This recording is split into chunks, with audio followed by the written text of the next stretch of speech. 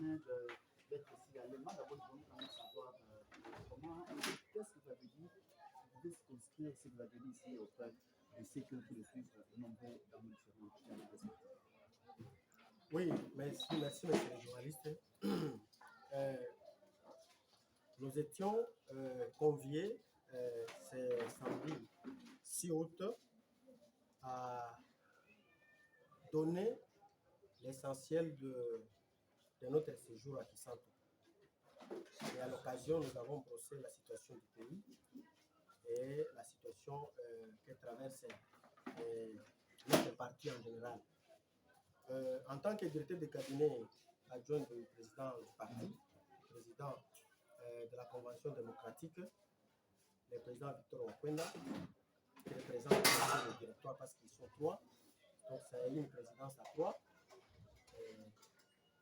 Nous avons estimé qu'il était bon de venir parler avec les cadres qui étaient sélectionnés au sein de la fédération de Moamba. Alors, nous avons parlé de la situation de Kisanto, du séjour de Kisanto, où l'initiative a été bonne. Le secrétaire général de Kabouya pour mettre ensemble les différents cadres du parti afin de parler sur l'avenir du parti. Nous étions conviés avec le président Okwenda, le président de la Convention démocratique. À ce jour, nous constatons seulement que jusque-là, rien de ce qui a été fait à Kisanto n'a pas été mis à la disposition du parti, c'est-à-dire à la Convention démocratique du parti, qui normalement, statutairement, a le devoir de convoquer des grandes assises à travers lesquelles les résolutions sont adoptées en plénière pour que ces résolutions puissent désormais, n'est-ce pas, tracer les nouvelles lignes sur lesquelles le parti doit marcher. Vous connaissez très bien que depuis le 29 janvier de cette année 2022, nous avons investi le secrétaire général de Kabouya comme c'est un nouveau secrétaire général en lieu et place de Jean-Marc Kabondo qui avait refusé, n'est-ce pas, de siéger au directoire comme le veut les statuts dans son article 26. Depuis lors, avec son mandat spécial, nous l'avions considéré comme un imposteur, n'est-ce pas? Nous avons fait un travail de fourmi avec les autres cadres du parti pour rencontrer les différentes sensibilités, n'est-ce pas? Déjà à l'époque 2019 et 2020, nous avons produit les condensés de ces travaux, n'est-ce pas? Qui démontraient à suffisance que le mandat spécial que notre frère Kabondo brandissait pour se faire président AI, ce qui n'est pas statutaire, était de l'imposture pure et simple, n'est-ce pas? Ainsi, Kisanto jusque-là n'a pas produit les fruits. Nous attendons. C'est pourquoi nous avons appelé les cadres qui étaient sélectionnés, comme l'avait dit le président sectionnaire de Lemba, et il a sélectionné les gens pour éviter les sensationnels. Parce que vous savez, généralement, dans nos activités, après, c'est la bagarre, c'est des pierres, des choses comme ça.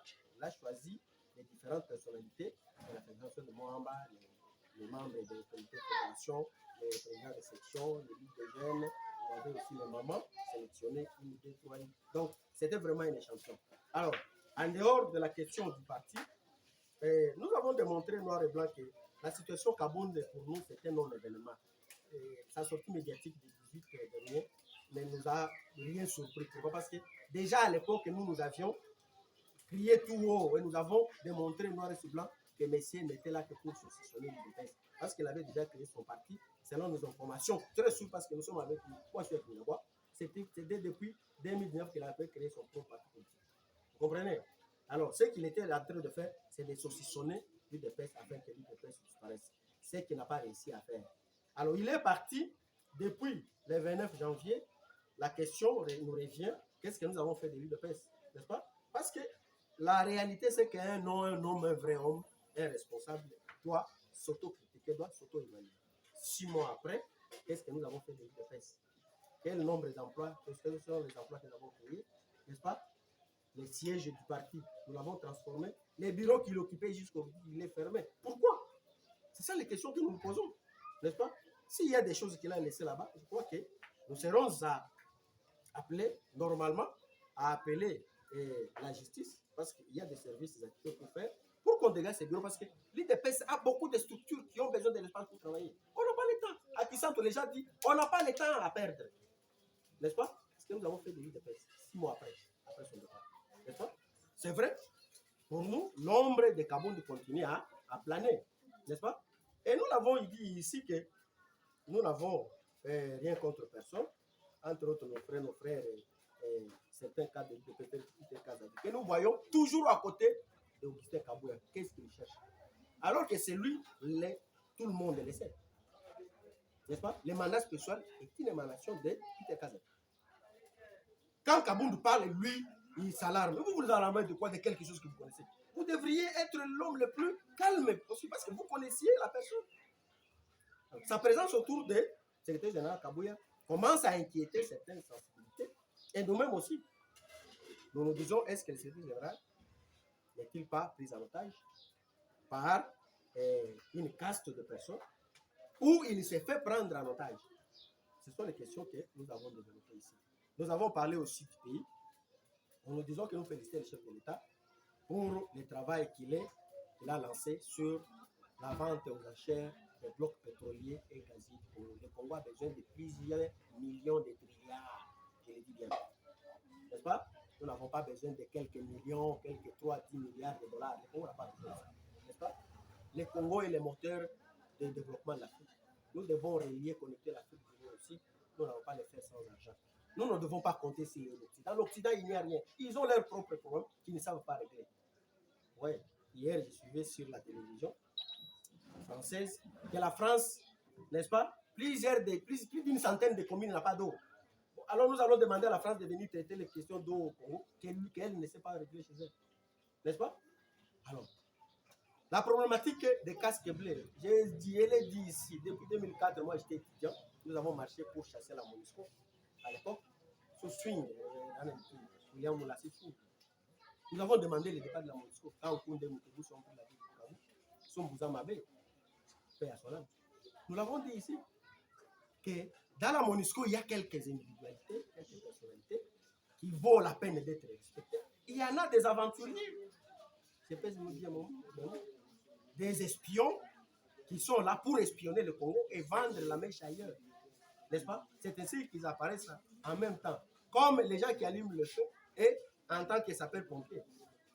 S'ils sont incapables d'amener la paix pendant plus de 20 ans, quelle est la paix qu'ils vont amener dans 10 mois, dans 2 ans, dans 5 ans?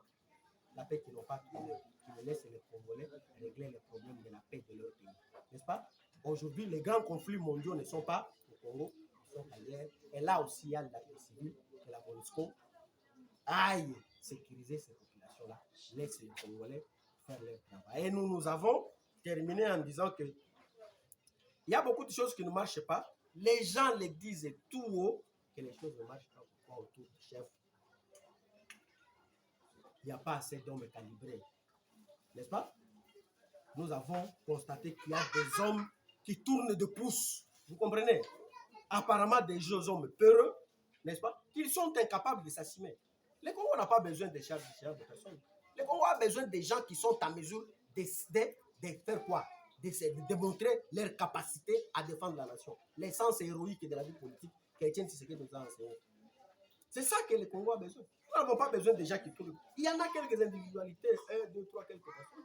Mais le reste, moi je crois que les gens ont crié et écrit jour et nuit qu'il faut que dans la cour du chef, on puisse mettre le balai. Je crois qu'il faut balayer. Alors si vous parlez ainsi, qui pensez-vous qui doit quitter autour du chef? Nous ne pouvons pas citer les noms pour dire que non, les cabinets du chef, il y a plus d'une centaine de personnes. N'est-ce pas? Je crois que vous ne me permettrez pas, vous ne me donnerez pas une heure pour commencer à citer une personne et une autre. Nous disons qu'il y a quelques individualités. Vous comprenez? Bon, nous ne pouvons pas citer le nom de quelqu'un, mais nous disons qu'il y a quelques individualités. À compter au bout des doigts, qui se démarquent. Mais les gros, ce ne sont que des gens qui n'ont pas la capacité de faire ce que l'État congolais attend d'eux. Plusieurs fois, vous avez suivi le chef de l'État lorsqu'il s'adresse à la nation, que beaucoup de projets souffrent de manque de coordination. C'est comme si on n'a pas de personnes, déjà. C'est comme à l'époque de Kabila. Kabila disait, j'ai besoin de 15 personnes pour travailler. Ah, 15 personnes! Alors qu'il était plein dans les FCC avec des professeurs, avec je ne sais pas quoi d'ingénieurs, et même des expatriés qui étaient en train de rôder autour. C'est le cas aujourd'hui. Nous disons qu'il n'est jamais trop tard pour le faire. Que les balais puissent nettoyer la cour du chef. Parce que les capacités, les hommes calibrés, il y en a. Vous comprenez? Ils sont là. Les hommes calibrés sont à l'IDPS. L'IDPS n'a pas besoin. Nous avons une banque de données des capacités des hommes qui sont à Kinshasa et à l'intérieur du pays. Ne citons pas l'extérieur, parlons de l'intérieur du pays. Capables de tout faire pour que ce pays change. Vous voyez? Hier, c'était Kaboul. Aujourd'hui, Kabouya, n'est-ce pas que quelque part, vous-même, vous êtes en train de créer une autre crise ou peut-être vous ne voyez pas 2023? Non, non, 2023, ne parlez pas des élections. La préparation des élections, c'est une question qui est très avancée au sein des deux. Moi, d'abord, je vous dis que moi-même, tel que je suis là, j'ai déjà fait les calculs sur les élections de 2023. J'ai déjà fini. Je vous dis ça. N'est-ce pas? Et pour moi, je suis en train de demander au président Denis Kadima d'aider le pays. Parce que les problèmes du Congo, c'est le développement à la base. Vous comprenez? Et les élections à la base ne se sont pas faites depuis que nous avons commencé les cycles électoraux. Il faut que nous commencions à la base. Élire, par exemple, donc, commencer par les élections locales. On va élire les administrateurs territoires, n'est-ce pas, les conseillers communaux, n'est-ce pas, les conseillers des secteurs. Vous comprenez? Nous commençons là-bas.